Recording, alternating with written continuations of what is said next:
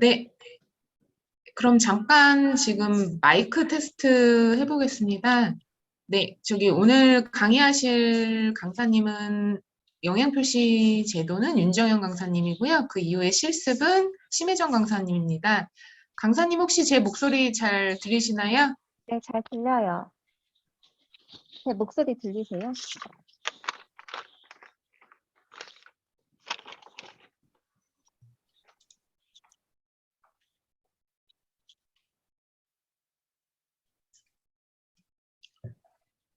안녕하세요. 네, 강사님, 들리세요? 네네, 네. 잘 들립니다. 네. 네, 오늘 영양표시 제도 교육은 윤정현 강사님께서 해주실 거고요.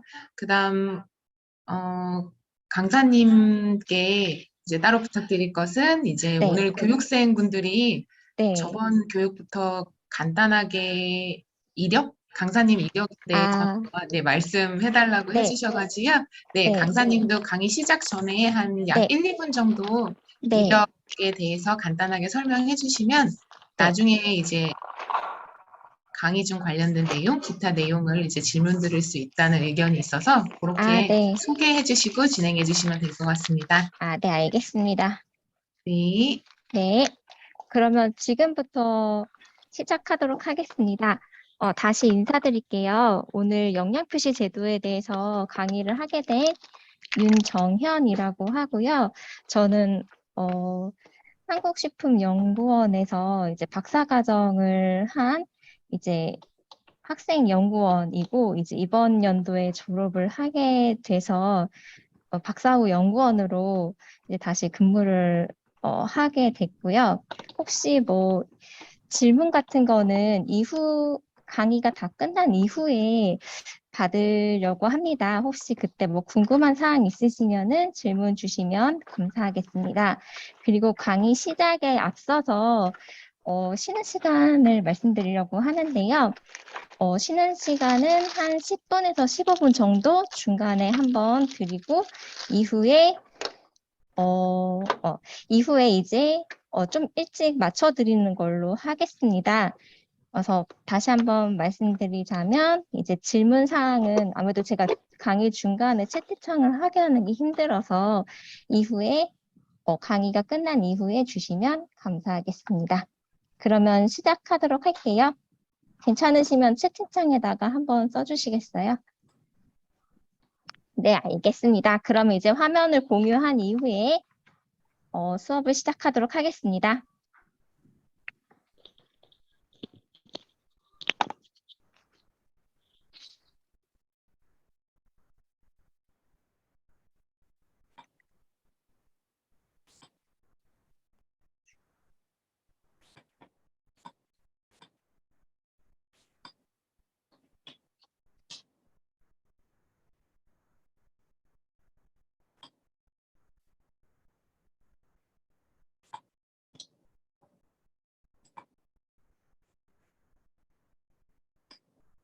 네, 이제 강의 시작하겠습니다. 안녕하세요. 2022년 영양표시 전문가 양성과정에서 식품의 영양표시 기준을 강의를 하게 된 윤정현입니다. 이번 시간에는 이제 영양표시의 정의, 영양표시가 무엇인가, 그리고 왜 필요한지 그 필요성에 대해서 말씀을 드리고, 그다음에 영양표시 세부사항, 즉 어떤 용어들이 있는지, 그다음에 적용되는 대상 식품은 무엇인지, 그다음에 변경된 사항은 무엇인지에 대해서 말씀을 드리고요. 마지막으로 표시를 잘못하였을 경우에 행정처분에 대해서 말씀드리겠습니다. 먼저 영양표시의 정의 및 필요성입니다.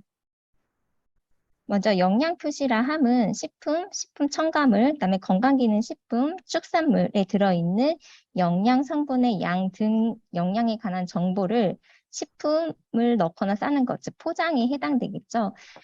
포장지 등에 적는 문자, 숫자 또는 도형으로 이제 표시하는 것을 얘기하고 앞선 날에 배우셨듯이 식품표시 광고법에 따릅니다. 식품을 사게 되면 식품 뒷면이나 옆면에 아래와 같이 영양 정보라고 해서 표가 하나 있는 걸 보시게 될 텐데요. 이렇게 표 안에다가 해당 식품의 영양 정보, 즉 전체 내용량당 어떠한 영양 성분이 몇 그램, 그다음에 일일 영양 성분 기준치에 대해서 몇 퍼센트 정도 들어 있는지를 표시를 하는 것을 영양 표시라고 합니다. 그렇다면 영양 표시 제도란 무엇일까요? 이 영양 표시 제도라 함은 가공식품의 영양 성분 등에 관한 정보를 일정한 기준과 방법에 따라 표시하는 것을 얘기를 합니다. 즉, 대상 식품은 가공된 식품이고요. 이 영양 성분을 일정한 기준과 방법에 따라 표시한다고 되어 있는데, 이제 오늘 앞으로 배울 것들이 일정한 기준과 방법에 대한 내용입니다. 즉, 영양 표시 제도라 함은 제품의 영양 정보를 소비자에게 제공하여 자신의 건강에 필요한 식품을 선택할 수 있게 돕는 제도입니다. 이 영양 표시 제도가 도입된 배경에는 식생활 변화가 있는데요. 과거에는 식재료를 사다가 직접 집에서 조리를 해 먹었고 대부분의 채식 위주의 식단이며 또 활동량이 많았죠. 근데 그에 비해서 현재에는 집에서 조리해 먹는 그 빈도수도 줄어들었고 채식보다는 육식 위주의 식단이 식품을 섭취를 하게 되고 또한 가공식품을 많이 먹게 되죠. 근데 가공식품에는 나트륨이라든지 아니면 지방이라든지 아니면은 당류라든지 한 가지 영양 성분이 좀 과도하게 몰려 있는 식품들도 몇 가지가 있죠. 이렇게 영양 성분이 불균형 또는 한쪽만 과잉이 되게 되면은 질병, 즉 만성 질병이 생기게 되고 그렇다면 국가에서는 이 질병을 치료하기 위한 어떠한 사회적 비용이 들어가기 때문에 소비자, 즉 국민의 건강을 보호함과 동시에 사회적인 비용을 줄이고자 이 영양표시 제도라는 것을 도입을 하게 되었습니다. 이 영양표시 제도가 필요한 두 번째 이유로는 영양성분 허위 과대 표시에서 소비자를 보호한다라고 되어 있는데요. 즉, 이 식품에 대한 영양 성분을 정확하게 표시함으로 인해서 소비자가 나의 건강 아니면 나의 필요에 맞는 식품을 선택하게 되고 이제 잘못 만들어진 식품을 이제 피할 수 있게 되겠죠. 그다음에 세 번째는 산업체의 공정한 경쟁 환경 조성을 통한 경쟁력 향상입니다. 이 또한 영양 성분의 허위나 과대 표시로부터 벗어나게 함으로써 식품 자체의 품질로서만 경쟁함으로써 그 생태계 내에서의 경쟁력을 향상시킨다는 목적이고요. 네 번째는 무분별한 식품 수입의 금지입니다. 이를 통해서 소비자 포함 이제 국내의 산업체 또한 보호를 할 수가 있습니다. 이 영양 표시는 아래와 같이 상세한 이유, 그다음에 필요성에 의해서 도입이 되었지만 궁극적으로는 국민의 건강 증진을 목표로 하고 있습니다. 앞으로는 영양 표시에 대한 예시 3개를 통해서 실제 영양 표시가 어떻게 활용되고 있는지 또 어떻게 활용을 할 수 있는지에 대해서 설명을 드리고 그에 따라서 이제 청강하시는 분들이 영양 표시가 왜 필요한지에 대해서 이해할 수 있도록 돕는 자료들을 보여드리도록 하겠습니다. 첫 번째 영양 표시 활용 예시입니다. 이는 인천 일부 고등학생의 영양 표시에 대한 인식과 가공식품 및 강식 이용 실태를 이제 2021년도에 조사한 그런 연구 결과입니다. 여기에서는 이제 첫 번째 줄에 보시면 영양 표시 활용 예시에서 대상자는 청소년, 즉 인천의 고등학생이고요. 명수는 480명입니다. 대신에 고등학생이라는 것을 대표하기 위해서 오른쪽에 표에 보시면은 매일, 즉 남고생 243명, 여고생 237명 그 성 비율을 맞췄습니다. 이 고등학생 480명 중에서 이 가공식품에 영양 표시가 있다라는 것을 인식하는 학생은 93%에 해당하는 447명이고요. 이 중에서도 영양 표시를 실제로 확인하는 사람은 447명의 절반 정도인 218명인 것으로 확인이 되었습니다. 그렇다면 영양 표시를 왜 확인하느냐? 그 이유를 물었더니 첫 번째는 영양 성분의 확인이다. 두 번째는 체중 관리를 하기 위해서다. 세 번째는 다른 제품과 비교하기 위해서다. 라고 답변을 하였습니다. 이 세 가지 이유 모두 앞서 영양표시 제도가 도입된 그 필요성이나 목적에 부합이 되죠. 그렇다면 이 영양표시 중에서도 중요하게 인식하는 영양성분은 무엇이냐에 대해서 설문을 하였습니다. 이는 이제 오른쪽에 있는 테이블 3과 비교해서 같이 보도록 하겠습니다. 먼저 제일 중요하게 인식하는 영양성분은 총지방, 포화지방, 트랜스지방에 해당이 됩니다. 오른쪽에 표에 보시면 토탈 팻에서 세츄레이티드, 그다음에 트랜스 팻 이렇게 나와 있죠. 먼저 이 표에 대해서 설명을 드리자면 아래에 문구를 보시면은 1점부터 5점까지 5점 스케일로 해서 점수를 준 것이고요. 5점으로 갈수록 이 영양 성분을 중요하게 생각한다. 그다음 1점으로 갈수록 이 영양 성분은 중요하지 않다라고 생각한다라는 것을 의미를 하게 됩니다. 이렇게 수치 자료로 인해서 이제 영양 성분의 중요도를 표시를 한 거고, 그다음에 이 480명의 평균과 플러스 마이너스 SD 표준 편차로 해서 이 데이터를 나타나게 됐고요. 그 맨 아래 보시면은 p-value라고 해서 p는 0.05보다 작다라고 되어 있는데 이는 통계값을 의미를 합니다. 그래서 오른쪽 표의 맨 오른쪽에 있는 칸에 보시면 T하고 가로치고 P라고 되어 있죠. 이 T라는 것은 T-테스트라고 해서 T-검정이라고 하는데 이 데이터에서는 그룹이 메일하고 피메일, 즉 집단의 구성이 두 개, 그리고 이 수치는 이 데이터는 다 양적인 수치 자료죠. 수치 자료를 기반으로 했을 때 집단이 두 개이고 이 집단 간의 평균의 차이를 보고 싶다 할 때 이 t-테스트라는 걸 하게 되는데 이 p-값이 0.05보다 작으면은 통계적으로 차이가 있다. 0.05보다 크면은 차이가 없다라고 해석을 하게 됩니다.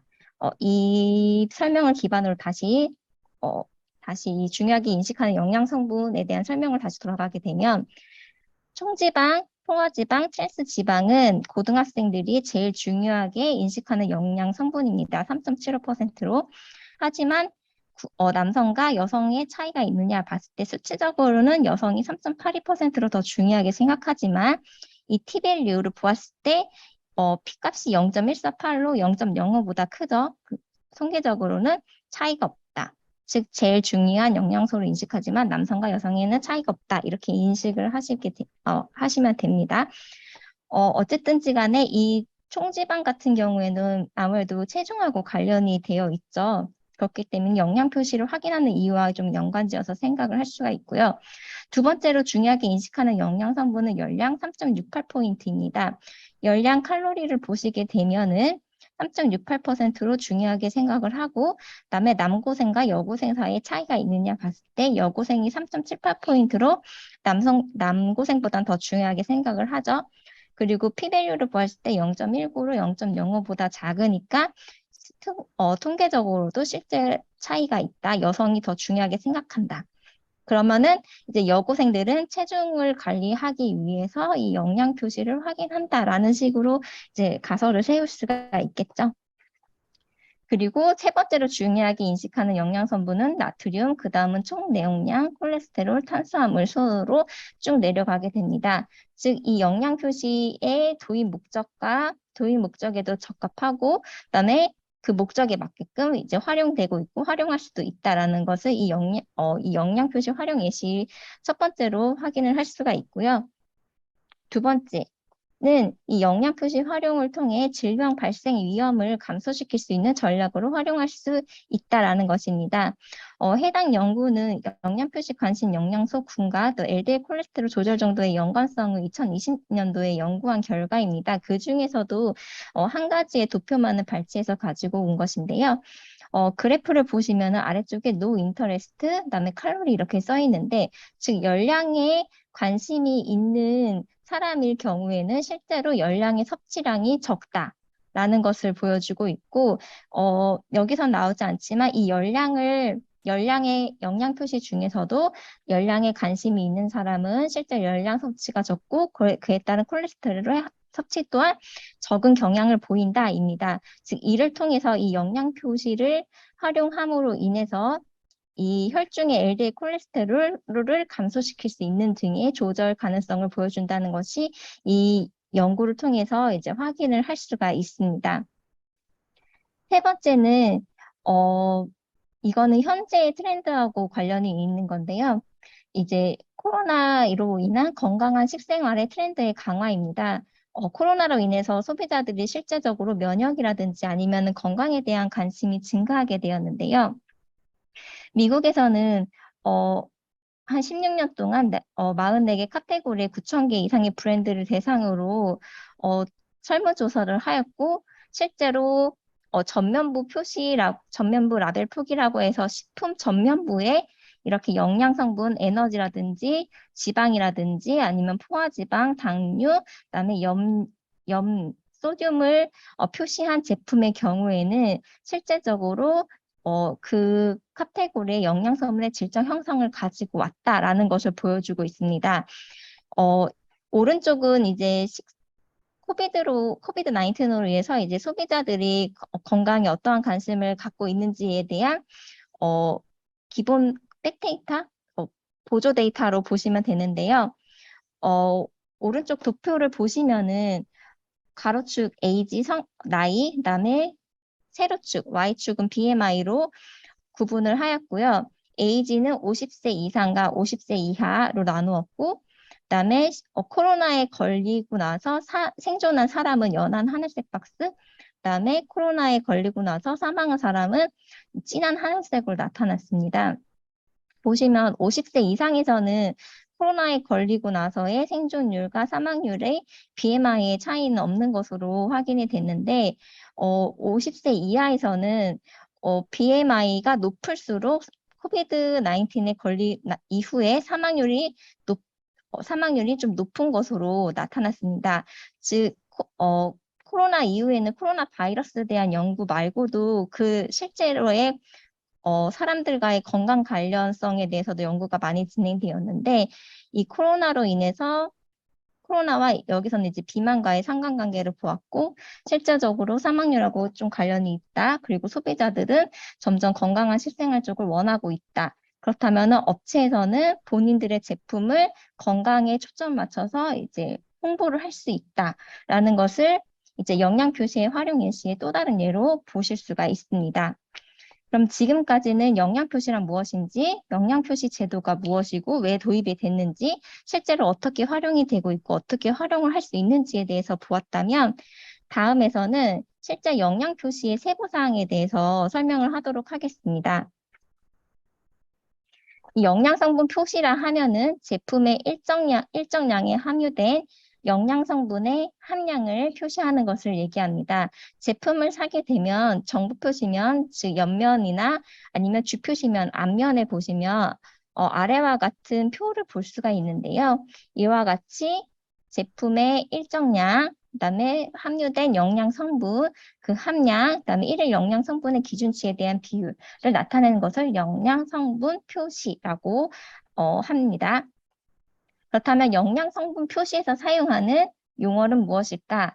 먼저 영양 성분을 보시면 식품에 함유된 성분으로 에너지를 공급하거나 또 신체의 성장, 발달, 유지에 필요한 것 또는 결핍 시 특별한 생화학적, 생리적 변화가 일어나게 하는 것을 얘기합니다.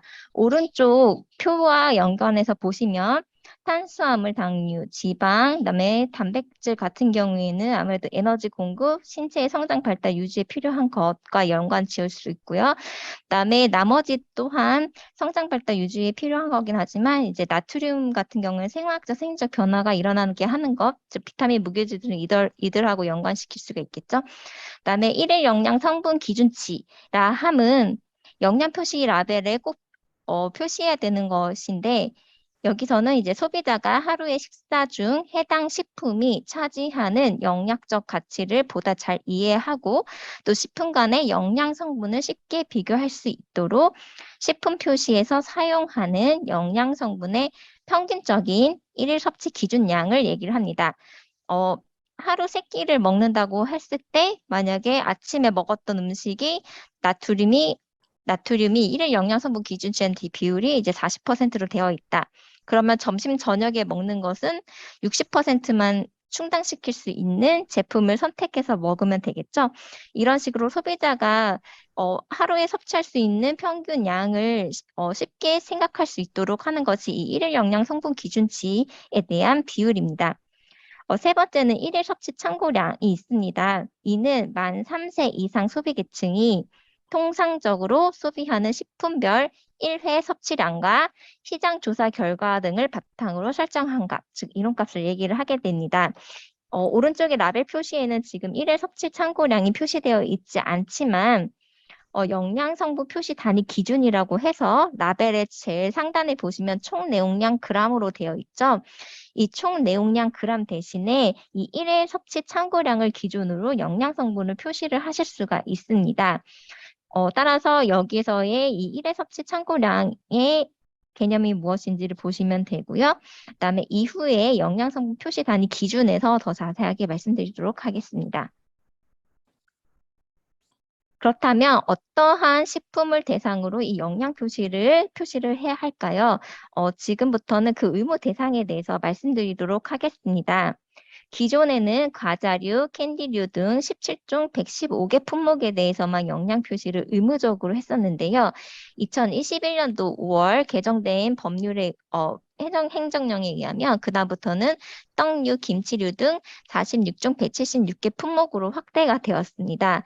이렇게 품목이 확대 개정된 이후에 식품의 기준 및 규격, 즉 일반적으로 저희가 식품 공전이라고 알고 있는 것에서 이 식품의 유형이나 명칭 등이 변경이 됨에 따라서 이제 46종 176개에서 총 182개 품목으로 영양 표시 대상이 확대가 되었습니다. 이렇게 영양 표시를 의무적으로 표시해야 되는 식품의 특징을 보게 되면 첫 번째는 당이나 나트륨 등 함량이 높은 식품이고요. 두 번째는 연간 50톤 이상 생산하는 다소비 식품, 세 번째는 소비자의 영양 표시 요구가 되는 식품이 이 의무 표시 대상에 해당이 됩니다. 이 영양 표시 의무 대상 확대는 해당 품목류의 매출액에 따라서 2019년도 기준입니다. 2022년부터 26년까지 단계적으로 시행을 하도록 시행을 하게 됩니다. 대신에 배추김치는 업계의 애로사항을 반영해서 매출액 기준을 일반 식품과는 달리해서 시행을 하게 되는데요. 보시면 일반 식품 같은 경우에는 2022년부터는 매출액 120억 원 이상인 업소에 대해서는 영양 표시를 의무적으로 표시를 해야 되고요. 다만 배추김치 같은 경우에는 매출액이 300억 원 이상인 업소가 해당이 됩니다. 그다음에 2024년부터는 일반 식품은 50억 원에서 120억 원 미만의 업소, 배추김치는 50억 원 이상, 300억 원 미만의 업소가 영양 표시를 의무적으로 하셔야 되고, 그다음에 26년부터는 일반 식품, 배추김치 상관없이 매출액 50억 원 미만인 업소는 모두 영양 표시를 의무적으로 하셔야 합니다. 영양 표시 대상 식품을 좀 더 자세하게 살펴보도록 하겠습니다.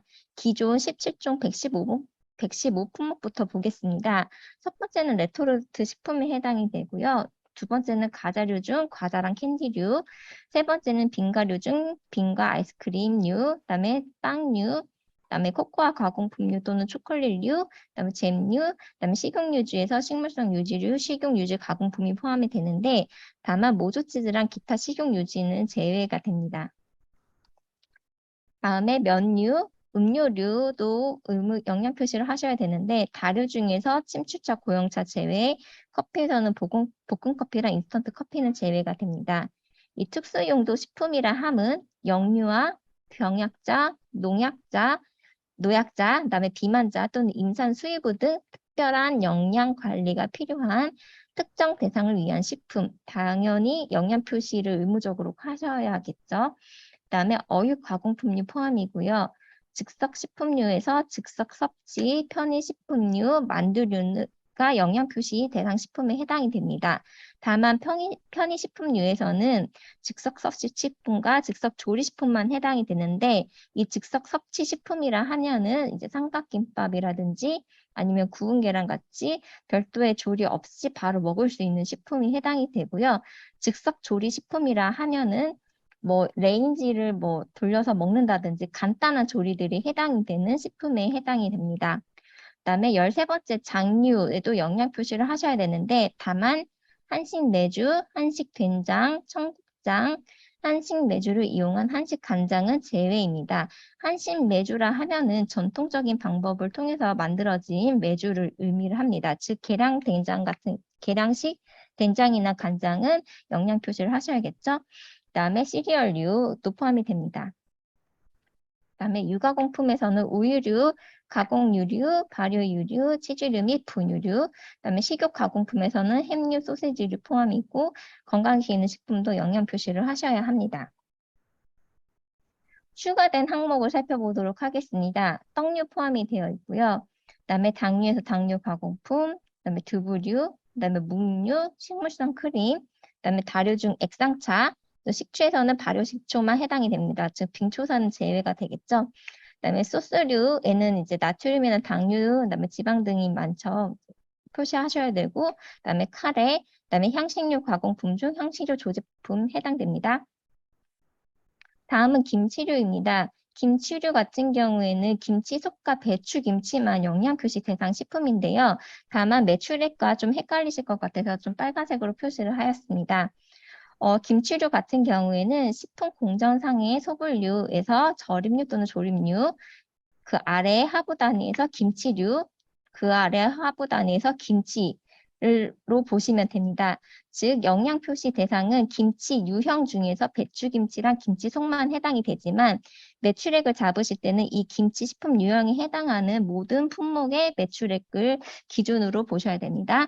앞서 말씀드린 것과 같이 2022년도에는 300억 원 미만인 300억 원 이상인 업소에 해당돼서 영양 표시를 하지만 24년도에는 50억 원에서 300억 원 사이, 그다음에 26년에는 50억 원 미만의 업소도 영양 표시를 하셔야 합니다.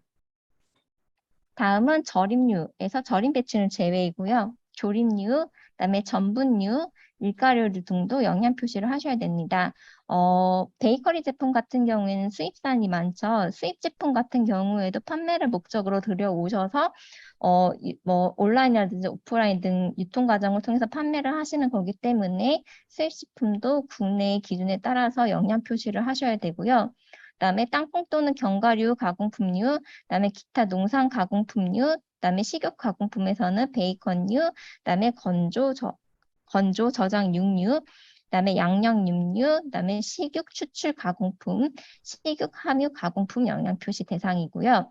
알 가공품류에는 전락의 난한행, 남백의 전란분, 난황분 등등이 포함이 되어 있는데 급식 업체라든지 아니면 일반적인 식당 같은 경우에는 계란을 하나하나 깨서 조리하기가 힘들죠. 따라서 이렇게 나낙만 분리된 거 아니면은 뭐 전락 아니면 전체 액이 있는 거 이렇게 알 가공품 상태로 들어오게 되는데 이 상품 같은 경우에도 영양 표시를 하셔야 됩니다.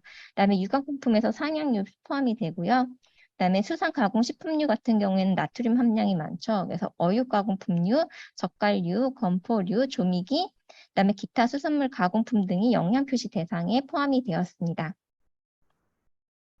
다만 영양 표시 대상에서 제외되는 식품 등이 있는데요. 첫 번째는 즉석 판매, 제조 가공업 영업자가 제조 가공하거나 덜어서 판매하는 식품.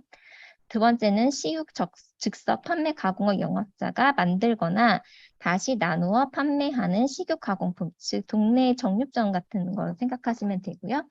세 번째는 식품 축산물 및 건강기능식품의 원료로 사용되어서 그 자체로는 최종 소비자에게 제공되지 않는 식품 축산물 및 건강기능식품. 네 번째는 포장 또는 용기의 주 표시면 면적이 30제곱센티미터 이하인 식품 및 축산물. 다섯 번째는 농산물, 임산물, 수산물, 식용 및 안료, 즉 가공되지 않은 식품은 영양 표시 대상에서 제외됩니다.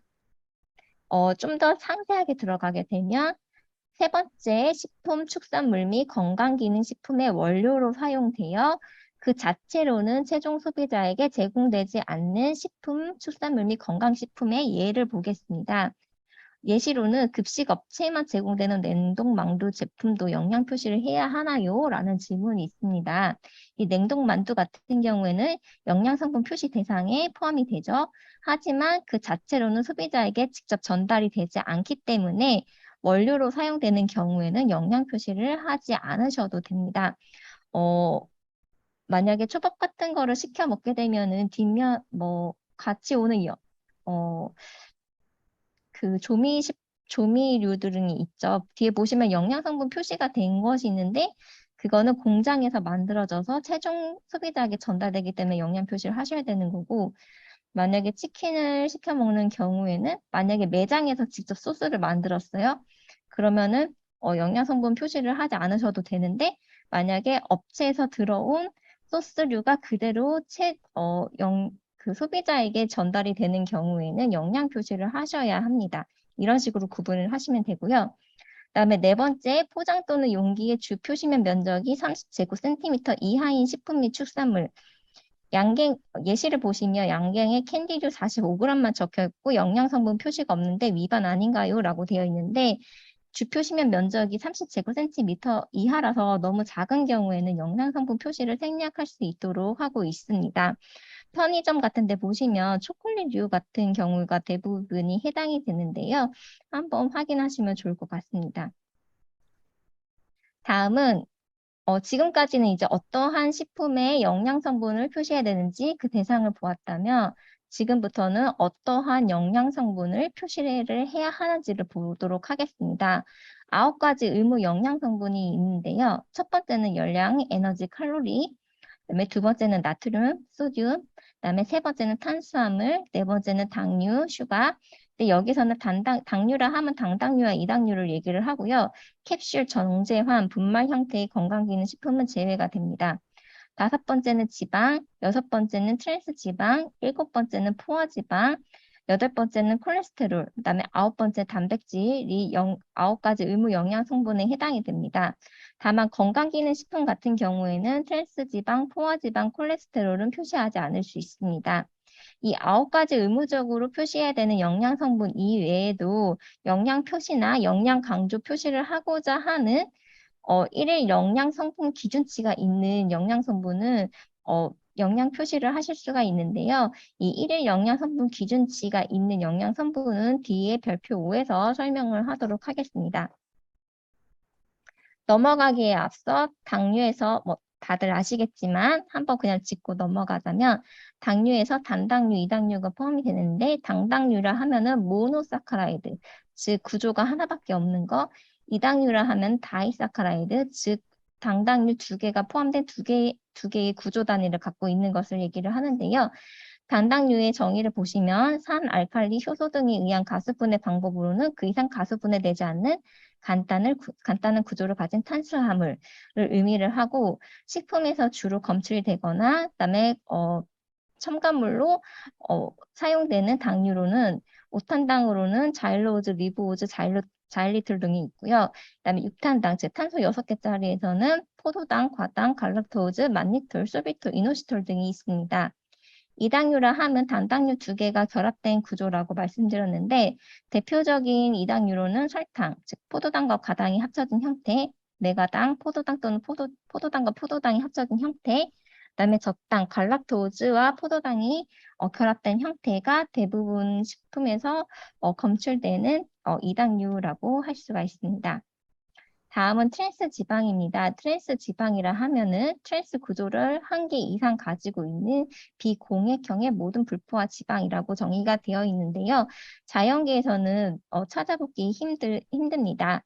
이 트랜스 지방이 알려지게 된 그 배경에는 포화지방, 세츄레이티드 포화지방 같은 경우에는 동물성 지방인데요.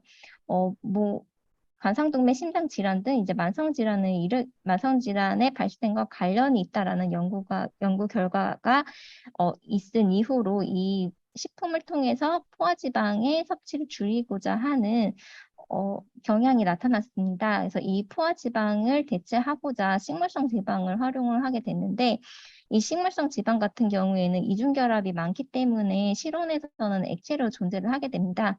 그러면은 이제 식품 가공에서의 문제가 발생하기 때문에 이 식물성 지방을 인위적으로 포화지방으로 바꿔주는 그러한 가공 공정이 도입이 됐는데요.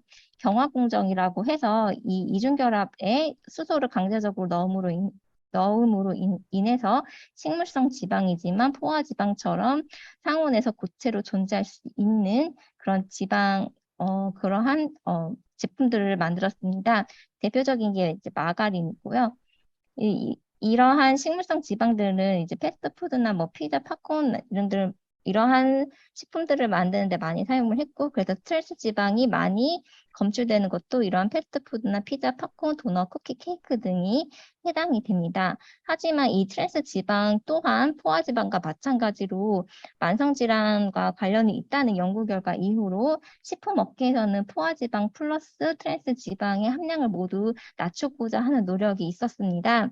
그래서 지금은 거의 다 0인 상태로 제로로 표시가 되고 있고요. 실제로도 많이 거의 없다고 볼 수도 있고요. 어쨌든 이러한 배경으로 해서 이 트랜스 지방의 개념이 생기게 되었습니다. 그래서 식품에서는 트랜스 지방과 포화 지방 모두 제한되는 영양 성분에 해당이 됩니다. 그렇다면 앞서 말씀드린 것과 같이 9가지 의무 영양 성분 말고도 의무 표시나 그다음에 영양 강조를 하고자 하는 영양 성분 같은 경우에는 별표 5 1일 영양 성분 기준치에 해당하는 영양 성분들입니다. 먼저 의무 표시를 해야 되는 영양 성분은 앞서 말씀드린 것과 같이 탄수화물, 당류, 단백질, 지방, 포화지방, 콜레스테롤, 나트륨 등이고요. 이 외에는 일일 영양 성분 기준치가 정해진 영양 성분들입니다. 따라서 의무 영양 성분들과 함께 같이 표기를 하셔도 됩니다. 다만 이 일일 영양 성분 기준치는 성인 기준이기 때문에 영유아 제품을 만드시는 경우에는 일일 영양 성분 기준치가 성인들하고 다르다는 것, 즉 탄수화물 150, 당류 50, 단백질 35, 지방 30 등을 적용한다는 것을 한번 인지하고 계시면 되겠습니다. 그렇다면 여기에서도 질문이 있는데요. 제품에 함유된 베타카로틴 인지질의 함량을 의무 영양 성분 9가지와 함께 영양 성분 표시 도안에 표시하려고 한다. 그렇다면 이 베타카로틴과 인지질을 영양 성분 표시 도안에 같이 표시할 수 있느냐라는 질문이 있을 수도 있겠죠. 네, 앞서 말씀드린 것 같이 이 1회 영양 성분 기준치에 있는 영양 성분 같은 경우에는 9가지 의무 표시 성분과 함께 도표에 표시를 할 수 있는데 이 베타카로틴 인지질 같은 경우에는 이 영양 성분 기준치에 포함이 되지 않습니다. 따라서 그 영양 표시표 안에 같이 표시는 할 수 없고요. 별도로 표시를 하면 되고, 그다음에 의무 영양 성분 9가지를 의무적으로 표시 안 해도 되는 식품인데 내가 이 베타카로틴이나 인지질을 표시를 하고 싶다. 그러면은 그 9가지 성분도 같이 표시를 해주셔야 합니다. 이것만 따로 표시를 하실 수는 없고요. 다음은 이제 표시 대상 영양 성분에서 영양 성분을 어떻게 표시를 해야 되는지에 대해서 설명을 드리도록 하겠습니다. 근데 지금부터는 쭉 같은 내용이기 때문에 여기서 잠깐 쉬었다가 두 번째 강의를 시작하려고 합니다. 지금이 1시 38분 정도니까 한 10분 정도 쉬는 걸로 하고 그러면 1시 50분에 다시 두 번째 강의를 시작하도록 하겠습니다.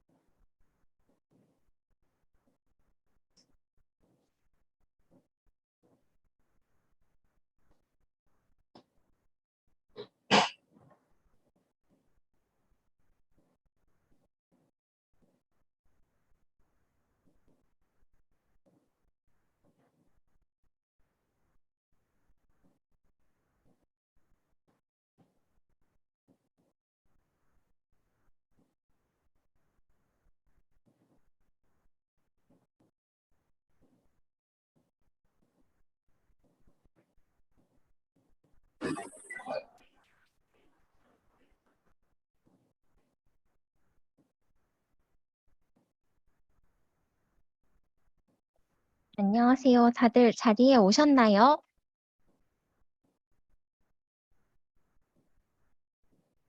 네. 다들 점심시간 이후라서 힘드시죠? 네, 그러면 두 번째 시간 시작하도록 하겠습니다. 앞서 말씀드린 건 짧은 내용이긴 한데요. 한번 다시 살펴보고서 이어서 설명드리도록 하겠습니다. 다시 앞선 페이지에 가면은 이제 영양 표시란 무엇인지 보았고, 영양 표시 제도가 왜 도입되는지, 그다음에 어떻게 활용되고 있는지를 보았고요. 그다음에 두 번째 영양 표시에서 영양 표시 성분 표시란 영양 성분 표시란 무엇인지, 그다음에 관련된 용어가 뭐뭐가 있는지, 그다음에 어떠한 식품들을 대상으로 표시를 해야 되는지 추가된 것들 보았고요. 그다음에 대상에서 제외되는 식품은 무엇인지 5가지 카테고리가 있었죠. 그리고 이제 각각에서 주로 질문하시는 사항들을 대한 예시를 찾아서 넣은 것인데요. 한번 참고를 해주시고요. 그다음에 어떠한 영양 성분을 표시해야 되는지 9가지 의무 영양 성분은 무엇이고 그 외에 또 표시를 하고 싶은 경우에는 이제 어떻게 해야 되는지를 보았습니다. 그러면은 지금부터 다시 시작하도록 하겠습니다. 앞서서 이제 어떤 식품에 어떠한 영양 성분을 표시해야 되는지 보았죠? 그러면 이 영양 성분을 어떻게 표시를 해야 되는가에 대해서 말씀드리겠습니다. 먼저 영양 성분의 명칭을 적으셔야 되고요. 그 다음에 함량도 적으셔야 되고, 그다음에 세 번째, 일일 영양 성분 기준치에 대한 비율을 표시를 해주셔야 됩니다. 다만 여기서 열량이랑 트랜스 지방은 일일 영양 성분 기준치가 없어요. 따라서 이 2가지 성분에 대해서는 이 비율 표시를 하지 않습니다. 영양 성분 표시에는 종류를 크게 2가지로 나눌 수가 있는데요. 첫 번째는 영양 성분을 표시하는 경우, 두 번째는 영양을 강조해서 표시를 하는 경우. 이 영양 성분 표시라 함은 말 그대로 제품의 일정량이 함유된 영양 성분의 양과 비율을 기준에 따라 표시하는 것. 그래서 앞서 저희가 계속 봐왔던 영양 성분표 있죠. 그것에 해당이 되고, 즉 영양 성분이 뭐가 있는지를 표시하는 것이 중요합니다. 두 번째는 영양 강조 표시. 제품에 함유된 영양 성분의 함유 사실 또는 함유 정도를 특정한 용어를 사용하여 강조 표시하는 것. 이 강조 표시에서도 2가지로 또 나눌 수가 있는데요. 첫 번째는 영양 성분 함량을 강조해서 표시하는 것. 즉, 무, 저, 고, 함유라는 단어를 쓸 수가 있습니다. 이 또한 정해진 용어로만 쓰실 수가 있고요. 두 번째는 영양 성분을 비교, 강조 표시하는 것. 즉, 같은 유형의 제품인데 다른 브랜드하고 비교를 해서 내 제품을 좀 더 돋보이고 싶다 하시는 경우에 사용하실 수가 있습니다. 이 또한 용어가 정해져 있는데요. 덜, 더, 강화, 첨가 같은 용어들을 사용하실 수가 있습니다. 다음은 그러면 이제 영양성분 표시 단위에 대해서 살펴보도록 하겠습니다. 이 영양성분표에 보시면 영양성분이 있고요. 그다음에 일일 영양성분 기준치에 대한 비율 퍼센트가 있죠. 그다음에 위에 상단에 보시면 총 내용량 그램, 그다음에 뭐 100g당, 1조각당이라고 표시가 되어 있는데 이러한 용어를 이제 표시 단위라고 합니다. 즉 영양성분 표시 단위라 하면은 영양성분 함량은 식품 중 먹을 수 있는 부위를 기준으로 산출하게 되는데 이 표시 단위에는 총 4가지 종류가 있습니다. 첫 번째는 총 내용량당, 즉 한 포장당에 대한 거고요. 두 번째는 100g 또는 100ml당으로 단위를 나눠서 영양성분을 표시를 하셔도 되고, 그다음에 세 번째 표시 단위 기준은 단위 내용량 당이라고 되어 있는데, 땡땡 파이 같은 경우에는 하나의 상자에 뭐 파이가 뭐 6개가 들어있다. 그러면은 그 한 조각, 그다음에 한 개의 포장, 단위당 이제 영양 성분을 표시를 하실 수가 있습니다. 네 번째는 1회 섭취 참고량 당이라고 되어 있는데, 앞서 용어표에서 보셨죠? 대부분 대표적인 식품으로는 시리얼을 예로 들 수가 있습니다. 만약에 시리얼 한 봉지가 100g이다. 하지만 그 100g을 한 번에 다 먹진 않죠. 일반적인 시리얼의 1회 섭취 참고량은 30g인데 그렇다면 내가 한 번 먹었을 때 영양 성분을 얼마만큼 섭취할 수 있느냐, 즉 30g당 영양 성분을 제공을 하게끔 되어 있습니다.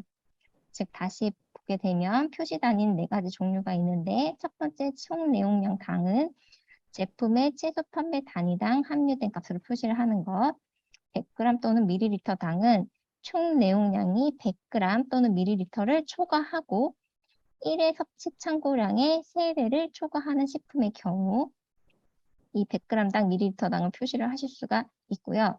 그다음에 단위 내용량 당 같은 경우에는 개 또는 조각 등을 나눌 수 있는 단위 제품인 경우 사용하실 수가 있는데 첫 번째 경우는 100g ml당 이상 또는 1회 섭취 참고량 이상인 경우에는 단위 내용량당으로 표시를 하게 되고요. 100g 또는 100ml 미만 그리고 1회 섭취 참고량 미만인 경우에는 단위 내용량당 영양 성분이랑 그다음에 총 내용량당 영양 성분을 병행해서 표기를 하게 됩니다. 또 이 두 번째에 따라서 병행 표기를 할 총 내용량이 100g, 100ml를 초과하고 또 1회 섭취 참고량의 3배로 초과하는 경우에는 100g 당으로도 또 병행 표기를 하실 수가 있습니다. 그다음에 1회 섭취 참고량 당은 제품의 식품용에 따라 1회 섭취 참고량이 정해진 경우에 이 1회 섭취 참고량 당이라는 표시 단위를 선택을 하셔서 내 상품의 영양 성분을 표시를 하실 수가 있습니다. 이 해당 내용은 뒷부분에 이 다음 시간 실습 시간에서 직접 해보실 수 있을 거예요. 그때 한번 따라서 해보시면 좀 더 이해를 하시기 편하실 것 같습니다. 그렇다면 영양 성분은 어떻게 표시를 해야 되느냐? 이 영양 성분 어떤 영양 성분을 표시해야 되는지 정해져 있었죠? 이 영양 성분에 해당하는 단위랑 그 표시 방법, 또 0으로 표시할 수 있는 경우도 다 정해져 있습니다. 그래서 이 기준에 따라서 표시를 하셔야 되는데 먼저 영양 성분 같은 경우에 열량은 킬로칼로리라는 단위를 사용하고요. 나트륨 미리그램, 그다음에 콜레스테롤 미리그램, 그다음에 탄수화물, 당류는 그램, 지방, 트랜스지방, 포화지방 그램, 단백질 그램, 그다음 비타민, 무게질은 그 해당하는 단위를 따르게 되어 있습니다. 이 표시 방법의 기준 같은 경우에는 한번 살펴보시는 게 좋으실 것 같고요. 여기서는 0으로 표시 가능한 경우를 같이 보도록 하겠습니다. 열량 같은 경우에는 5kcal 이하일 때 0으로 표시를 하실 수가 있고요. 나트륨은 5mg 이하일 때, 탄수화물 당류는 0.5g 이하일 때, 그다음에 지방이랑 포화지방 0.5g 이하, 그다음에 트랜스지방 0.2g 이하, 식용 유지는 100g당 2g 이하일 경우에 0으로 표시를 하실 수가 있습니다. 그다음에 콜레스테롤 2mg 이하, 또 단백질 0.5g 이하, 비타민 무기질은 1일 영양 성분 기준치의 2% 미만일 때 0으로 표시를 하실 수가 있습니다. 식품업체 입장에서는 열량이나 나트륨, 탄수화물, 당류, 지방, 콜레스테롤 같은 경우에는 섭취를 제한해야 되는 영양 성분에 해당이 되는데 이들을 이제 5나 5, 이러한 기준 이하일 때는 0으로 표시할 수 있으니 조금 더 유리하실 수도 있고요. 또 소비자 입장에서는 반대로 식품에 이렇게 0으로 표시가 되어 있지만 실제로는 이 기준 이하로는 포함이 됐을 수도 있구나라고 인지를 하시고서 이제 식품을 구매를 하실 수가 있겠죠. 그래서 입장에 따라서 다르게 받아들여지고요. 어쨌든 이 0으로 표시할 수 있는 기준을 보시면 되고 그다음에 이 중에서도 상세하게 볼 것은 첫 번째 총 내용량 g당 표시를 하는 경우입니다. 이 총 내용량 g 또는 ml로 표시를 할 때 이 소수점 첫째 자리에서 반올림해서 1g당 1g이나 1ml 단위로 표시를 하게 됩니다. 즉 10.4 같은 경우는 10, 10.5는 11 이렇게 표시를 하실 수가 있고요. 다만 이 총 내용량이 10g 또는 10ml 미만인 경우에는 소수점 둘째 자리에서 반올림해서 0.1g 단위로 표시를 하게 되는데 예를 들어서 0.13면 0.1, 그다음에 0.15면은 반올림에서 0.2 이런 식으로 표시를 하실 수가 있습니다. 다음에 이제 단위 내용량, 총 내용량으로 병행해서 표기를 하는 경우를 보시면 총 내용량 그램에다가 이제 가로치고 단위 내용량당 그램이 몇 개가 들어있다 이렇게 표시를 하게 되는데요. 앞서 총 내용량으로 표시하는 것 동일하게 소수점 첫째 자리에서 반올림해서 1g 단위로 표시를 하게 되고 만약에 제품의 용량이 10g 미만인 경우에는 소수점 둘째 자리에서 반올림해서 소수점 첫째 자리 0.1g 단위로 표시를 하실 수가 있습니다. 그리고 단위 제품의 제공 개수는 셀 수 있는 단위, 네, 셀 수 있는 단위로 이제 표시를 하실 수가 있고요. 그래서 아래에 이제 예시를 보시면 위에 보면 총 내용량 200g 하고 가로 열고 20g 곱하기 10봉지라고 되어 있죠. 여기서는 당연히 셀 수 있는 단위인 정수로 표시를 해주셔야 하고요. 그렇다면 이 영양 성분을 어떻게 표시를 해야 하는가 보겠습니다. 이 또한 글씨 크기라든지 굵기라든지 등이 정해져 있는데요. 첫 번째 열량 같은 경우에는 총 내용량 글씨 크기보다 크거나 같아야 하고 굵게 처리가 되어야 합니다. 이제 두 번째 일일 영양 성분 기준치에 대한 비율을 보시면 영양 성분 글씨 및 함량보다는 크거나 같거나 굵어야 한다.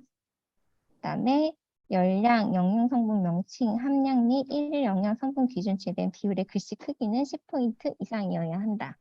다만 이제 제품의 정보 표시면이 작아서 10포인트 이상의 글씨 크기로 표시할 수 없는 경우 보시면 20포인트보다 작은 글씨 크기로도 표시를 할 수 있는데 다만 이제 알아볼 수 있는 크기로 이제 표시를 해주셔야 되고요.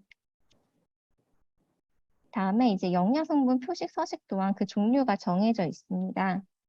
첫 번째는 이제 기본형에서 앞서 저희가 계속 봤던 그런 형태이고요. 제일 많이 사용하고 있습니다. 그 다음에 두 번째는 이제 세로형. 아무래도 제품의 면적이 위아래로 긴 경우에 이 세로형을 선택해서 표시를 하실 수가 있겠죠. 그 다음에 가로형. 이거는 이제 가로로 긴 경우 주로 땡땡파이처럼 박스 안에 들어있는 경우에는 이렇게 가로형을 많이 사용을 하고 있습니다. 그다음에 네 번째는 그래픽형이 있는데요. 이 그래픽형 같은 경우에는 각각의 영양 성분 옆에 이제 히스토그램처럼 이제 가로막대로 표시를 할 수 있게 되어 있는데 보기에는 한눈에 알아보기에는 쉬운데 면적을 많이 차지하다 보니까 실제 제품에는 많이 활용이 되지 않고 있습니다. 실제로 뭐 슈퍼라든지 뭐 마트 같은 데 가서 제품들을 한번 보시면 이 그래픽형으로 표시되어 있는 거는 거의 보실 수가 없을 거예요. 그다음에 네 번째 텍스트형, 이 텍스트형도 많이 사용을 하고 있는 도안인데요. 아무래도 면적이 작은 식품 같은 경우에는 이렇게 조그마한 형태인 텍스트형을 많이 사용을 하고 있습니다. 그다음에 병행 표기 같은 경우에는 뭐 총내용량 그램, 그다음 뭐 조각당 이거를 병행 표기할 경우에 이런 식으로 구분해서 되어 있는 도안을 사용을 하게 되고요. 그다음에 주표시면 도안도 있는데요. 이 주표시면 같은 경우에는 이제 뭐 햇반같이 표시할 수 있는 게 뭐 딱 그 앞에 보여진 주표시면 하나밖에 없다? 아니면은 또 면적이 너무 작다. 그런 제품 같은 경우에는 이 주표시면을 사용하게 됩니다. 그래서 아마 이것 또한 이제 마트에서 장 보시다가 한 번씩 보시면은 좋을 것 같습니다. 영양성분 표시 도안을 포장지 공간에 맞게 변형해도 되냐라는 질문이 있는데요. 가이드라인은 도안을 그대로 준수하는 것을 말씀을 드립니다. 다만 이 표시 도안 형태를 유지하는 범위에서 변형해서 사용을 할 수가 있긴 한데 이 영양 표시 제도 같은 경우에는 사전 신고가 아니라 사후에 보는 거기 때문에 아무래도 많이 벗어나게 되면은 이제 거의 업체 책임으로 가게 되거든요. 그래서 이거는 주의를 하셔야 되고 웬만하면은 도안을 준수해서 영양 표시를 해주시는 것을 권고드립니다. 다음은 이제 영양 성분 함량 강조 표시에 대한 세부 기준에 대해서 말씀드리도록 하겠습니다. 영양 성분 열량, 나트륨, 소금, 당류, 그다음에 뒤에 보시면 지방이랑 트랜스지방, 포화지방, 콜레스테롤 같은 경우에는 아무래도 섭취를 제한하는 영양 성분에 포함이 되다 보니까 강조 표시를 전하, 무 등으로 표시를 하게 됩니다. 각각의 표시 조건의 그 기준은 한 번씩 살펴보시면 좋을 것 같고요. 다만 여기서 나트륨, 소금을 보시면은 나트륨일 때는 식품 100g당 120mg으로 표시를 하는데 이때 이제 저라고 표시를 하는데 소금은 이제 식품 100g당 305mg 미만일 때 저라고 표시를 하게 됩니다. 즉 나트륨이냐 소금이냐에 따라서 그 표시 조건 기준이 달라지게 되는데요. 이는 소금의 그 분자 구조에 그 이유가 있습니다. 소금은 Na 플러스 Cl 마이너스, 즉 두 개의 원자가 합쳐져서 하나의 분자를 구성하게 되고, 이제 나트륨은 Na 하나죠. Na 플러스 하나이기 때문에 그 무게의 차이가 있고요. 이제 소금 같은 경우는 일반적으로 나트륨이랑 Cl이 4대 6의 비율로 존재를 한다고 알려져 있습니다. 그래서 내 상품에 나트륨 기준으로 표시를 할지 아니면 소금으로 표시를 할지에 따라서 이 영양성분 함량 강조 표시가 그 기준이 다르다는 점 알고 계시면 되겠습니다. 지방, 트랜스지방, 포화지방, 콜레스테롤 다 한 번씩 보시면 되고요. 그다음에 식이섬유, 단백질, 비타민 또는 무기질 같은 경우에는 아무래도 섭취를 권장하는 영양 성분에 해당이 되죠. 그래서 강조 표시를 할 경우에도 긍정적인 메시지인 함유, 급원 또는 고 또는 풍부라는 것을 이제 표시를 하게 되는데요. 이 또한 그 표시 조건들이 다 정해져 있습니다. 그래서 한 번씩 보시면은 좋겠습니다. 다음은 이제 또 다른 개념인데요. 나트륨 함량 비교 표시라고 해서 소비자가 동일하거나 유사한 식품을 구분하고 또 나트륨 함량을 비교하여 선택하는 데 도움을 주는 제도이고요. 2022년 이번 연도부터 시행이 되고 있습니다. 즉, 제품의 나트륨 함량을 1에서 8단계로 이제 표시를 하고요. 그다음에 나의 제품이 이 1에서 8단계 중 어디에 해당하는지 그 나트륨 구간을 표시하게 돼 있고, 그다음에 유사 제품의 표준 표시값 해서 나랑 같은 제품에 속하는 그 카테고리의 평균값을 표시를 해서 나의 제품이 평균값보다 높은지 낮은지 아니면 비슷한지를 소비자가 판단할 수 있게끔 해주는 것입니다. 즉, 2022년도에 새로 도입된 나트륨 함량 비교 표시는 소비자가 나트륨 함량을 비교해서 선택하는 데 도움을 주는 제도이기 때문에 첫 번째 나트륨 함량 구간, 그다음에 이 제품의 나트륨 구간, 유사 제품의 표준 표시값을 반드시 표기를 해주셔야 합니다. 대상 식품을 보시면 이는 식품표시광고법 시행규칙 제7조의 나트륨 함량 비교 표시라고 되어 있는데요. 그 아래에 대상 식품이 규정이 되어 있습니다. 1항에 보시면 조미식품이 포함되어 있는 면류 중 유탕면, 국수 또는 냉면이 여기에 해당이 되고요. 즉석 섭취 식품 중에서 햄버거랑 샌드위치가 이 나트륨 함량 비교 표시 대상 식품에 포함이 됩니다. 이 나트륨 함량의 비교 단위를 보시면 앞서서는 총 4가지 기준이 있었죠. 네, 여기서는 총 내용량당 나트륨 함량을 표시를 하실 수가 있고요. 단, 개나 조각 등을 나눌 수 있는 단위 제품에서는 단위 내용량이 100g 이상, 또 1회 섭취 참고량 이상인 경우에 식품의 비교 단위를 단위 내용량으로 표기를 하실 수가 있습니다. 그다음에 나트륨 함량 비교 대상 식품은 비교 단위의 나트륨 함량, 또 1일 영양 성분 기준치를 기준으로 한 세부 구간과 유사식품의 비교 표준값을 표시해야 된다. 즉, 같은 카테고리에 있는 제품의 평균 나트륨 값을 표시를 해주셔야 하는데, 이 용어를 다시 한번 살펴보게 되면 비교 단위라 함은 제품 간 나트륨 함량을 비교하기 위해 생산자가 나트륨 함량을 산출하는 식품의 단위량을 얘기를 하고요. 비교 표준값이라 함은 소비자가 동일하거나 유사한 것으로 인식하는 식품 간에 나트륨의 함량이 많고 적음을 비교하기 위한 기준. 그다음에 세부 분류를 하면은 나트륨 함량 비교 표준값을 동일하게 적용할 식품별 기준 및 규격에 따른 식품의 유형에 대한 추가적인 분류. 즉 라면이라고 하더라도 국물이 있느냐 없느냐 어떤 방식으로 만드느냐에 따라서 그 나트륨 함량이 달라지게 되겠죠. 그래서 그 세부 분류를 정하고 있습니다. 그래서 이어서 보시면 식품 유형, 국수, 냉면, 유탕면류, 그다음에 즉석 섭취 식품류가 있는데 국수, 냉면, 유탕면류의 세부 분류는 곡물형, 비곡물형으로 나눌 수가 있고요. 즉석 섭취 식품 같은 경우에는 햄버거, 샌드위치로 나눌 수가 있습니다. 이 국수 국물형에 보시면 이제 각각의 해당식품들이 있어서 이제 판단하시는 데 도움이 되겠고요. 그렇다면 앞서서 이제 세부 분류를 나눴죠. 그러면 세부 분류에 따라서 비교 표준값, 즉 평균 나트륨 값이 달라지게 되는데 국수 냉면, 유탕면류 같은 경우에는 스프 또한 포함해서 그 나트륨 함량을 나타내고 있습니다. 즉 국수에서의 곡물형은 1640, 비곡물형은 그것보다 낮은 1230, 아무래도 나트륨 함량이 적겠죠. 그다음에 냉면도 곡물형 1520, 비곡물형은 1160, 유탕면류 곡물형 1730, 비곡물형은 1140으로 그 비교 표준값이 정해져 있고요. 그다음에 즉석 섭취 식품에서 햄버거는 1220, 샌드위치는 730mg입니다. 앞서 말씀드린 것 같이 나트륨 함량 비교 표시는 총 8구간으로 표시를 한다고 말씀드렸죠. 그 함량 미리그램 단위에 따라서 첫 번째, 두 번째, 세 번째, 네 번째 이렇게 쭉 정해져 있고요. 이 나트륨 함량 비교 표시가 도입된 그 배경에는 한국인의 나트륨 섭취량이 많음에 있습니다.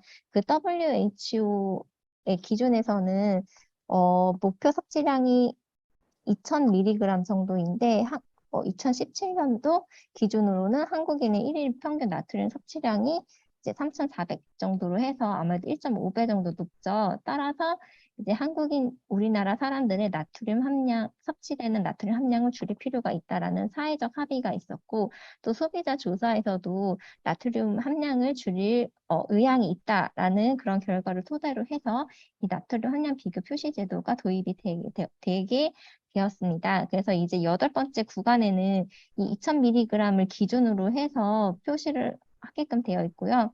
이 2000mg을 눈에 띄게 하기 위해서 이제 다른 구간들과는 다르게 이제 빨간색으로 표시를 하게 되었습니다. 그리고 그 주표시 면적이 포장지의 면적이 작은 식품 같은 경우에는 이 도표를 표시하기에는 너무 공간이 적을 수도 있죠. 그래서 QR코드로 이 나트륨 함량을 표시도 할 수 있게끔 되어 있습니다. 이 나트륨 함량 비교 표시의 표시 방법을 좀 더 자세하게 살펴보면은 첫 번째로 테두리색은 흑색, 그다음에 나트륨 함량이 해당되는 구간은 황색, 2000ml 구분선은 두 줄의 흑색으로 표시를 하게 되어 있고요. 그다음에 두 번째 2000mg을 초과하는 8단계의 경우에는 적색으로 표시를 한다. 그다음에 세 번째 최소 글자 크기는 6포인트 이상. 그다음에 비교 단위당 나트륨 함량은 최소 글씨 크기보다 1포인트 이상 굵게 해줘야 한다. 그다음에 나트륨 함량 단위는 미리그램인데 앞과 끝에는 표시를 해주셔야 되고 중간에는 생략할 수 있다. 라는 점을 이제 알고 계시면 되겠습니다. 다음은 이제 또 다른 개념의 어린이 기호식품 영양성분 표시입니다. 이 어린이 영양성분 영양 표시를 해야 되는 영업장 같은 경우에는 이제 의무 표시 영업자를 보시면 점포수가 50개 이상의 어린이 기호식품 조립 판매 프랜차이즈 영업자가 해당이 되고요. 이 영양 표시를 해야 되는 대상 식품으로는 제과 제빵류, 그다음에 아이스크림류, 그다음에 햄버거, 피자 등이 해당이 됩니다. 다만 이제 식품 표시 광고법 시행규칙 제6조 제1항에 따르면 1항의 영양표시 대상식품에 해당하는 영양표시 대상식품을 그대로 판매할 경우에는 별도 표기하지 않는다라고 되어 있고요. 2019년도 기준으로 이제 어린이 기호식품 영양성분 표시 의무 대상 업체 명단을 보시면 제과 제빵에 속하는 기업들, 그다음에 아이스크림, 그다음에 햄버거, 그다음에 피자 해서 총 31개 업체 등이 이 영양성분 의무 대상 업체에 포함이 됩니다. 이 어린이 기호식품 영양성분 표시를 하실 때에는 앞서 본 거와 달리 앞서에서는 이제 9가지 영양성분을 의무적으로 표시를 해야 되는데 이제 어린이 기호식품에서는 5가지 영양성분을 의무적으로 표시를 해주셔야 됩니다. 즉 칼로리 열량, 당류, 단백질, 포화지방, 나트륨을 의무적으로 표시를 해주셔야 되고 그다음에 단위 기준 같은 경우에는 총 내용량당 또는 100g당 또는 단위 내용량 중 하나를 택해서 표시를 하실 수가 있습니다. 즉 의무적으로 표시해야 되는 영양성분, 열량, 당류, 단백질, 포화지방, 나트륨 그 외에도 표시를 하실 수도 있습니다. 이 영양 표시 방법에서 보시면 영양 표시 게시 위치 및 방법이 중요하고요. 그다음에 권장되는 영양성분 표시 도안이 있습니다. 이 영양 표시 게시 위치 및 방법을 보시면 소비자가 구매 시점에 영양성분 정보를 충분히 활용할 수 있도록 하고 있는데요. 게시 위치는 소비자의 구매 동선을 고려해서 권장을 하고 있고 표시 방법도 메뉴판이나 메뉴 게시판, 제품 안내판, 메뉴북 등등등을 활용을 하실 수가 있습니다. 다만 바탕색과 구분되는 색상으로 표시를 해주셔야 되고요. 열량 같은 경우에는 메뉴 등의 식품명이나 가격 표시 주변에 이들 활자 크기의 80% 이상으로 표시를 해야 된다라고 되어 있습니다. 아무래도 햄버거 프랜차이즈점 같은 데 보시면은 주로 보실 수 있는 그 환경이 있죠. 그 부분을 이제 참고를 해주시면 되겠습니다. 그다음에 권장하는 영양성분 표시 도안이 있는데요. 영양성분을 표시할 때 참고 또는 활용을 하실 수가 있습니다. 이 두꺼운 외곽선을 기준으로 외부 영역이랑 내부 영역으로 구분을 하게 되는데 외부 영역에 먼저 보시면 상단에는 판매하는 제품의 총 내용량 또는 단위 내용량 그래서 이 단위 기준을 표시를 해주셔야 되고요. 하단에는 일일 영양 성분 기준치에 대한 비율을 표시를 해주셔야 합니다. 그에 대한 설명을 해주셔야 되고요. 이제 내부에 이제 영양 성분의 명칭이랑 함량이랑 일일 영양 성분 기준치 퍼센트를 표시를 하게 되어 있는데 안에 보시면은 이제 열량 영양 성분, 그다음에 이게 얼마만큼 들어있는지 함량, 그다음에 그 단위, 그다음에 일일 영양 성분 기준치에서 열량은 제외되니까 퍼센트 없고 대신 나트륨, 당류, 포화지방, 단백질 같은 경우에는 일일 영양 성분 기준치에 대한 함량 비율이 를 표시하도록 되어 있습니다. 이제 마지막입니다. 표시 오류 및 형장 처분을 보도록 하겠습니다. 모든 표시 사항은 식품 등의 표시 광고에 관한 법률과 식품 등의 표시 기준을 준수해서 영업자의 책임하에 표시하도록 하고 있습니다. 수입 제품의 영양 표시 또한 국내 기준과 적합하게 표시를 하셔야 합니다. 수입식품의 영양 표시는 현품의 표시 그대로 한글 표시상에 표시하여야 하나요? 라는 질문 등이 있는데요. 국내 기준에 적합하게 표시한 것을 이제 권장을 드립니다. 그다음에 영양 성분의 표시량과 실제 측정값은 허용 오차 범위 이내여야 한다라고 되어 있는데요. 이 부분은 이 기준을 유심히 보시면 좋겠습니다. 왜냐하면 영양 성분 표시량의 신뢰성과 관련된 사항은 모두 업체의 책임이기 때문인데요. 첫 번째, 섭취를 제한하는 영양 성분, 즉 열량, 나트륨, 당류, 지방, 트랜스 지방, 포화지방, 콜레스테롤 같은 경우에는 실제 측정값이 표시량의 120% 미만이어야 합니다. 만약에 그 이상인데 적게 표시를 한다, 그러면은 이제 행정처분 대상이 되고요. 탄수화물, 식이섬유, 단백질, 비타민, 무기질 같은 경우에는 실제 측정값이 표시량의 80% 이상이어야 합니다. 왜냐하면 있는 섭취를 권장하는 영양성분에 해당이 되기 때문인데요.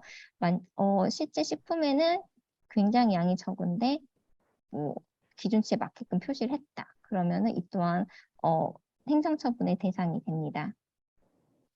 따라서 마지막 표를 보시면 식품표시 광고법 시행령 과태료의 부과 기준을 보시면 각각의 위반 행위에 따라서 과태료가 1차, 2차, 3차 위반 횟수에 따라서 그 과태료 금액이 다르게 정해져 있습니다. 첫 번째, 영양성분 표시 시에 지방, 콜레스테롤, 나트륨 중 한 개 이상을 표시하지 않는 경우 1차, 2차, 3차에 따라서 그 과태료가 달라지고요. 또 영양성분 표시 시에 열량, 탄수화물, 당류, 단백질 중 한 개 이상을 표시하지 않는 경우에도 1차, 2차, 3차에 따라서 그 금액이 달라지고요. 그다음에 앞서 말씀드린 것과 같이 실제 측정값이 영양 표시량 대비 허용 오차 범위를 넘는 경우 여기서 보시면 그 얼마만큼 넘느냐에 따라서 또 과태료의 그 기준 금액이 다른데요. 첫 번째, 실제 측정값이 영양 표시량 대비 50% 이상을 초과하거나 미달하는 경우. 두 번째는 실제 측정값이 영양 표시량 대비 20% 이상, 50% 미만의 범위에서 초과하거나 미달인 경우에 따라서 또 1차, 2차, 3차에 따라서 그 과태료 기준이 달라지게 되어 있습니다. 이 부분 한 번 더 살펴보시면 좋겠습니다. 이거와 관련해서 또 자주 질문하시는 게 있는데요. 제품의 중량, 제품명이 다르지만 사용되는 원재료, 제조 공정 등이 기존 제품과 동일하면 기존 제품의 영양성분 분석값 사용해도 되는가라는 질문이 있는데요. 제품의 중량 또는 제품명이 달라지더라도 사용되는 원재료, 제조 공정 등 다른 조건들이 동일한 경우에는 기존의 영양성분 분석치에 사용이 가능하다. 다만 영양성분 표시값에 대한 신뢰성 업체에서 관리를 해야 한다. 즉 사용하실 수 있지만 그 표시값에 대한 신뢰성, 즉 허용 오차 범위에 있는지는 이제 업체에서 한번 확인을 하셔야 된다는 점 확인 한번 해주시고요. 즉 이제 오늘의 강의의 요점을 말씀드리자면 영양 표시 대상이 확대가 되었다. 매출의 기준에 따라서 단계별로 시행을 하는데 22년도, 24년도, 26년도에 따라서 다르다. 그리고 일반 식품과 그다음 배추김치 같은 경우에는 그 매출의 기준이 다르게 설정이 되어 있지만 26년에는 매출의 50억 미만인 업체는 모두 영양 표시를 하셔야 된다는 거고요. 그다음에 김치류 중에서는 배추김치와 김치 속만 영양 표시를 영양 표시 대상에 해당이 된다. 그다음에 일일 영양 성분 기준치를 보실 때 성인하고 영유아의 기준이 다르기 때문에 해당 제품을 따라서 그 기준치를 봐주셔야 되고요. 그다음에 나트륨 함량 비교 표시는 2022년도, 즉 이번 연도부터 시행이 되고 있다. 그다음에 어린이 기호식품 영양 표시는 의무적으로 표시해야 되는 영양 성분 5가지가 있고 어떻게 표시해야 되는 영양 성분 또한 있고 그다음에 이제 기호식품을 파는 매점 같은 경우에는 이 영양 표시를 어떻게 표시를 해야 되는지 그 예시들이 남아 있으니 그거를 꼭 참고를 하시고요. 행정처분 기준 같은 경우에는 앞서 말씀드린 것 같이 영양 표시 제도는 사전 신고 제도가 아닌 사후 검증이기 때문에 이제 대부분의 그 귀책 사유는 업체에 있게 됩니다. 그러니까 한 번 더 이 행정처분 기준에 맞는지 안 맞는지를 이제 한 번 더 점검을 해주시면 좋겠습니다. 그래서 지금까지 해서 영양표시 제도에 대한 강의를 마치도록 하겠습니다. 그러면 혹시 강의 관련해서 질문이 있으시면 질문 부탁드립니다.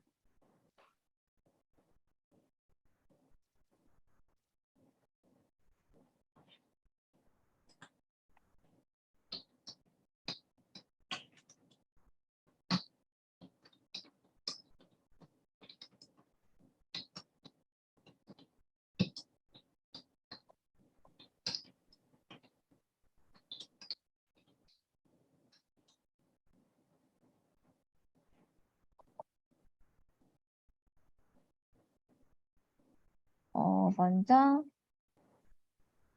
강의 관련된 질문부터 먼저 해드리면 영양 성분 표시 방법 중 영어로 표시 가능해 등록 표시가 없는데 잠시만요. 해당 페이지로 넘어가겠습니다.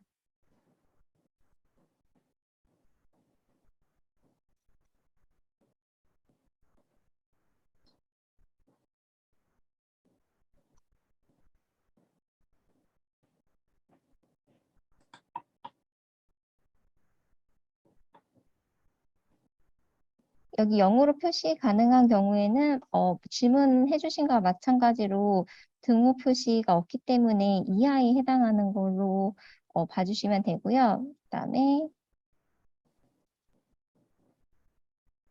칼로리 같은 경우에는 영양 성분에 따라서 그 열량이 달라지게 되어 있습니다.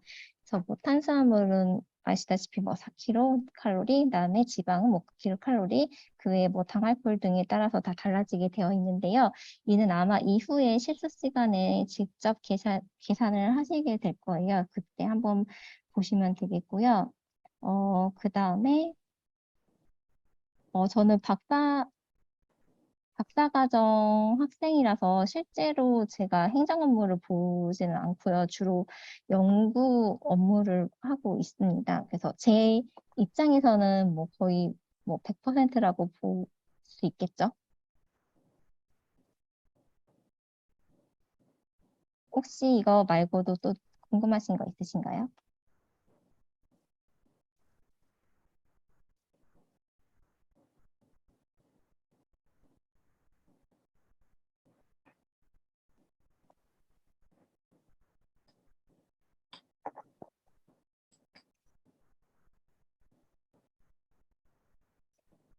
만약에 질문이 없으시면 좀 일찍이긴 하지만 강의를 마치도록 하겠습니다. 괜찮으실까요?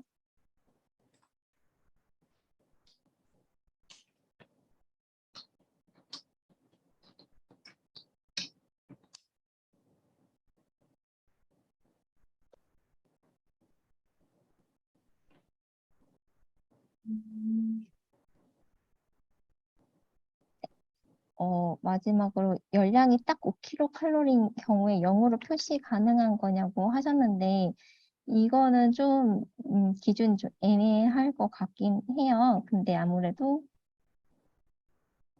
그 행정처분을 받지 않는 범위 내에서 만약에 뭐 0으로 표시할 수 있다 하면은 하셔도 괜찮을 것 같은데, 이거는 아무래도 판단은 업체의, 이 기준이 업체의 판단에 따르겠죠.